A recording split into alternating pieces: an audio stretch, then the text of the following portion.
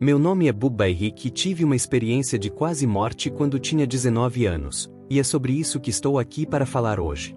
O ano era 2019, e eu estava jogando beisebol no meu primeiro ano na Jacksonville University, uma escola da primeira divisão no norte da Flórida. Eu estava prestes a passar por uma cirurgia no cotovelo, conhecida no mundo do beisebol como cirurgia Tommy John. Minha expectativa era simples: entrar, consertar o cotovelo e voltar à minha vida, ao esporte, aos treinos, e continuar minha jornada para me tornar um jogador profissional. Então, entrei para a cirurgia. Durante minha consulta pré-operatória, a enfermeira me fez uma série de perguntas para garantir que eu pudesse ser operado. No entanto, uma delas me deixou desconfortável. Desde aquele momento, tive a sensação de que algo não estava certo e que, por algum motivo, minha cirurgia não aconteceria. A pergunta foi: você é alérgico à anestesia? Eu não sabia a resposta, pois nunca havia sido anestesiado antes, então respondi que não. No dia seguinte, eles garantiram que eu estava apto para a operação. Enquanto estava na sala pré-operatória, meu cirurgião e a equipe médica me explicaram como tudo aconteceria. Ele me disse que, assim que me levassem da sala pré-operatória para a sala de cirurgia, que ficava a apenas 5 metros de distância, eu já estaria sob efeito da anestesia. Ele afirmou que a cirurgia duraria cerca de 1 hora e que eu voltaria à minha rotina conforme o tempo estimado para a recuperação. Isso fazia sentido para mim, era exatamente o que eu esperava. Então, eles injetaram a anestesia no meu soro e me disseram que eu apagaria em poucos segundos. No entanto, algo estranho aconteceu.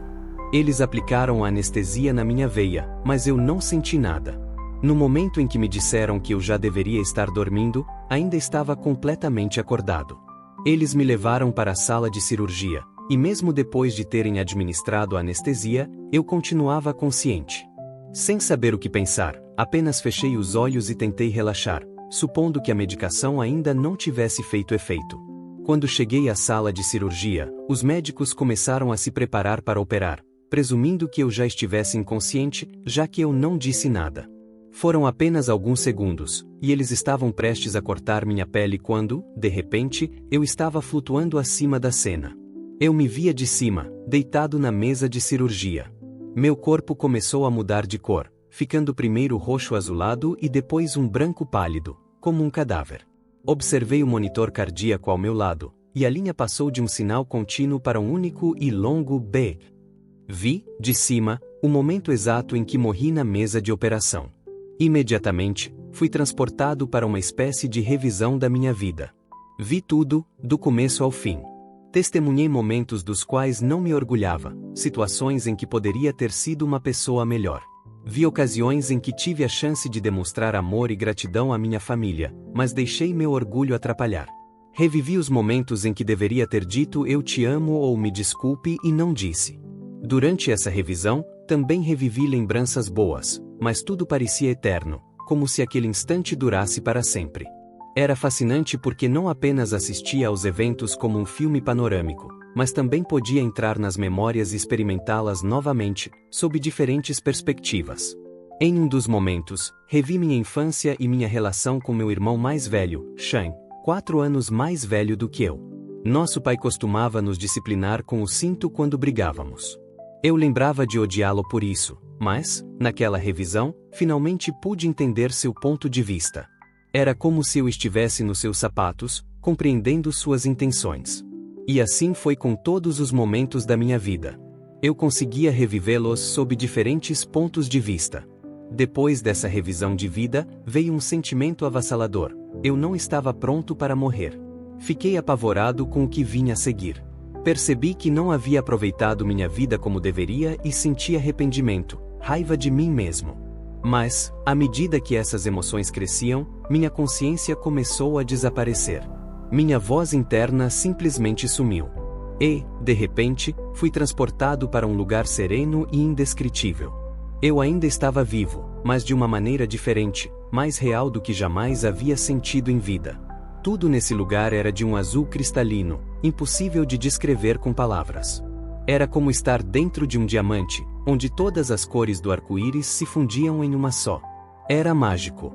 Eu era tudo, eu era o próprio tempo.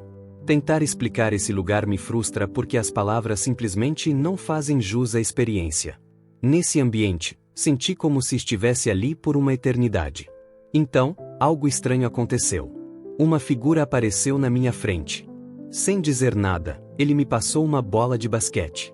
Instantaneamente, soube quem era: meu padrasto, Mike, que havia falecido 2 anos antes. Eu o havia visto na minha revisão de vida. Estávamos recriando um dos momentos mais especiais da minha infância, um jogo de basquete que jogamos juntos quando eu tinha 12 anos. No entanto, dessa vez, não tínhamos corpos. Era como se estivéssemos jogando telepaticamente. Foi um momento de pura alegria e amor. Mas, então, sua expressão mudou. Ainda havia amor, mas agora com uma seriedade firme. Sem palavras, ele me comunicou telepaticamente: a brincadeira acabou. Você foi enviado para cá por um motivo, assim como eu fui. Ele me disse que minha missão na Terra ainda não havia terminado e que eu tinha uma escolha a fazer. Poderia permanecer naquele lugar maravilhoso para toda a eternidade ou voltar à Terra e cumprir meu propósito. No fundo, parecia que eu não tinha escolha de verdade. Eu queria ficar ali, mas sabia que precisava voltar. No instante seguinte, Mike desapareceu, e eu me vi de volta à sala de cirurgia, olhando para meu próprio corpo. Vi os médicos injetando uma substância em mim, o que trouxe meu coração de volta à vida. Então, despertei. A primeira coisa que fiz ao acordar foi começar a socar os médicos, desesperado para voltar àquele outro lugar. Isso aconteceu em 2019, mas minha jornada não terminou ali. Nos últimos 5 anos, tenho lutado para integrar essa experiência à minha vida. Antes disso, eu não tinha crenças espirituais ou religiosas. Acreditava com convicção que, após a morte, tudo simplesmente cessava. Mas agora, essa crença foi desafiada. Minha identidade sempre esteve ligada ao beisebol e à ideia de que a vida terminava com a morte. Após a experiência de quase morte, percebi que precisava mudar. No entanto, por 2 anos, tentei ignorar o que aconteceu. Contei apenas para algumas pessoas próximas, como minha mãe e meu irmão, mas era difícil expressar a profundidade da experiência. Então, tentei voltar ao beisebol, mas não era mais o mesmo. Meu coração não estava no jogo. No fundo, eu sabia que tinha um propósito maior a cumprir. 2 anos depois da experiência, deixei o beisebol e comecei a me redescobrir. Passei a explorar minha espiritualidade e a desenvolver hábitos que refletissem essa nova crença de que a consciência continua após a morte. Comecei a escrever, a buscar a verdade e a viver de forma mais autêntica. Aos poucos, percebi que estava tentando viver da forma que desejaria ter vivido antes de morrer. Quero garantir que, na próxima vez que minha hora chegar, eu esteja pronto. Não quero sentir medo, arrependimento ou raiva de mim mesmo novamente. Acredito que meu propósito agora é viver de uma maneira que me prepare para esse momento e ajudar outras pessoas a fazerem o mesmo. Se há algo que aprendi, é que cada dia é um presente.